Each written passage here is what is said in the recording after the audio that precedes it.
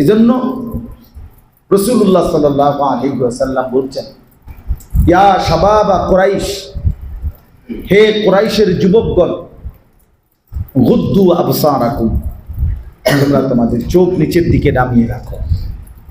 ওয়াহসানু ফুরুজাকুম, তোমরা তোমাদের লজ্জাস্থান হেফাজত। এভাবে নবীজি ডাক দিয়ে আলাদাভাবে বলছে। এক যুবকের চরিত্র তার জিন্দেগির সবচেয়ে বড় সম্পদ, সবচেয়ে বড় নেয়ামত। সেই যুবককে দিয়ে কিছু হবে যে চরিত্র। হযরত ইউসুফ আলাইহিস সালাম তিনি পৃথিবীবাসীর সামনে এটাই প্রমাণ করে দেখাইছেন। সুন্দরী রূপসী নারী, বংশীয়া নারী, নিজ মনিব, সমস্ত দরজা জানালা বন্ধ করে জিনা এবং ব্যভিচারের সমস্ত নিরাপদ পরিবেশ ঠিক করে তারপরে ডাকছে। কোনো খুঁত রাখে নাই, দেখার, জানার, টের পাওয়ার কোনো সুযোগ নাই। এইরকম অবস্থায়ও সেই নারী যখন ইউসুফ আলাইহিস সালামকে, তাগরা যুবক তিনি, এই অবস্থায় যখন ওনাকে গুনাহের আমন্ত্রণ জানাইছে, উনি তিনটা কথা বলছে। ক্বালা মাআযাল্লাহ, এক নম্বর বলছে আমি আমার আল্লাহর আশ্রয় প্রার্থনা করছি। দুই, ইন্নাহু রাব্বি আহসানা মাসওয়াই, আমার রব আমাকে মায়ের পেট থেকেই এই পর্যন্ত সর্বাবস্থায় আল্লাহই আমাকে উত্তম আশ্রয় দিয়েছেন। তিন নম্বরে বলছে ইন্নাহু লা ইউফলিহুজ যালিমুন, পাপী নাফরমান কোনোদিন সফল হইতে পারে না, ব্যভিচারী কোনোদিন সফল হয় না, অসভ্য কোনোদিন সফল হয় না। নারীর সাথে যৌবন যে নষ্ট করে দিছে, খোদার কসম সে সফল হয়। ওই অপদার্থরে দিয়ে কোনো কিছু হবে না। এটা ধ্বজভঙ্গ, এটা অকর্মণ।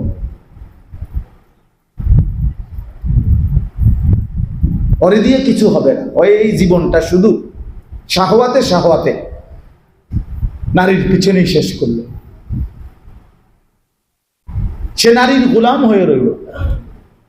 আল্লাহ নবী সাল্লাল্লাহু আলাইহি ওয়াসাল্লাম বৈধ স্ত্রী, হালাল স্ত্রী হওয়ার পরও নবী বলছে যে পুরুষ তার স্ত্রীর গোলামি করে আর মায়ের নাফরমানি করে, এটা কিয়ামতের আলামত।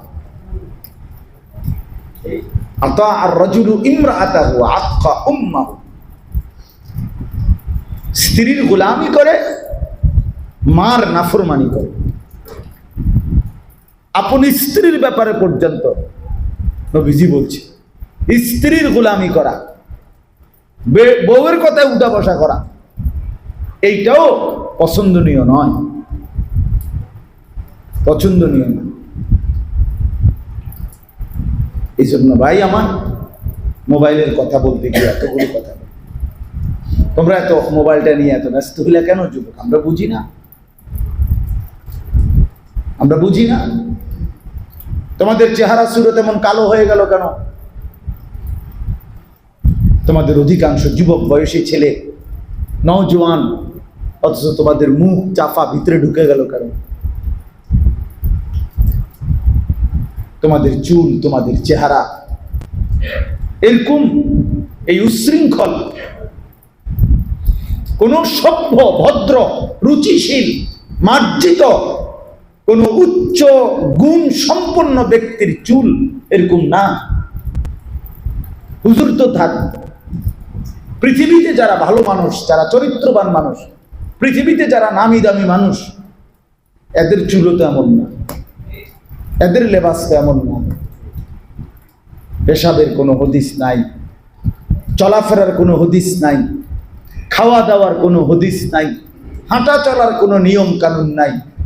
যত্র তত্র যেখানে সেখানে শুধু মোবাইল, শুধু মোবাইল, শুধু মোবাইল, শুধু ছবি, শুধু ছবি।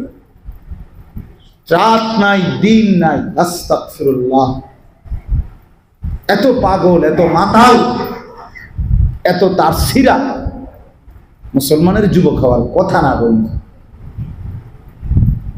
রাসূলুল্লাহ সাল্লাল্লাহু আলাইহি ওয়াসাল্লামের জীবনে 14 বছরের সাহাবী, 15 বছরের সাহাবীরা, এই মাত্র কিশোর, ওনারা পর্যন্ত যুদ্ধের ময়দানে জীবন দেওয়ার জন্য নিজের বুড়া আঙ্গুলের উপরে, পায়ের উপরে দাঁড় করে আর লম্বা হইতে চেষ্টা করছে, যেন কোনো না ভাবে আল্লাহর রাস্তায় জীবন দেওয়ার সৈনিক হিসাবে নবী যেন গ্রহণ করে নেন।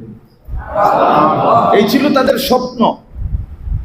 বৃদ্ধাঙ্গুলির মধ্যে ভর দিয়া দাঁড়াইছে, একজনকে অংশগ্রহণ করতে দিছে, আরেকজন চোখের পানি ফেলতে ফেলতে বলছে, ইয়া রাসূলুল্লাহ, আমি তারে কুস্তিতে হারায় ফেলব, তার গায়ের চাইতে আমার গায়ে শক্তি বেশি, আমার বয়স কম, আমারে নেন।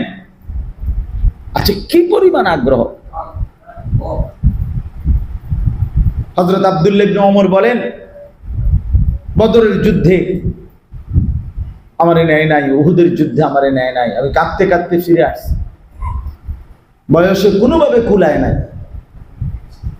মুসলমানের 14 বছরের সাহাবী, 15 বছরের সাহাবী, প্রিয় ভাই আমার, ওনারা আল্লাহর জন্য জীবন বাজি দেওয়ার স্বপ্ন দেখছে, জান বাজি রাখছে ওনারা। আর তোমরা এই বয়সের এত সুন্দর নওজোয়ান, তোমরা জিন্দেগিটা মোবাইল, নারী, ছবি, আর এই চুলের ফ্যাশন, আর এই জামা প্যান্ট, শরীর কাপড়ের একটু শাহওয়াত, এর পিছনে শেষ করে দেবে। আস্তাগফিরুল্লাহ, আস্তাগফিরুল্লাহ। এত ব্যর্থ আমরা তো হওয়ার কথা ছিল না, আমরা এইভাবে হেরে যাওয়ার কথা না। এই জন্য আমরা প্রত্যেকেই ভাবতে শিখি। একজন হলে একজনই ভাবেন, তোমরা ছেলেরা একজন হলে একজনই ভাবেন। দয়া করে আল্লাহর ওয়াস্তে দয়া করে নিজের জীবনের কদর করো ভাই।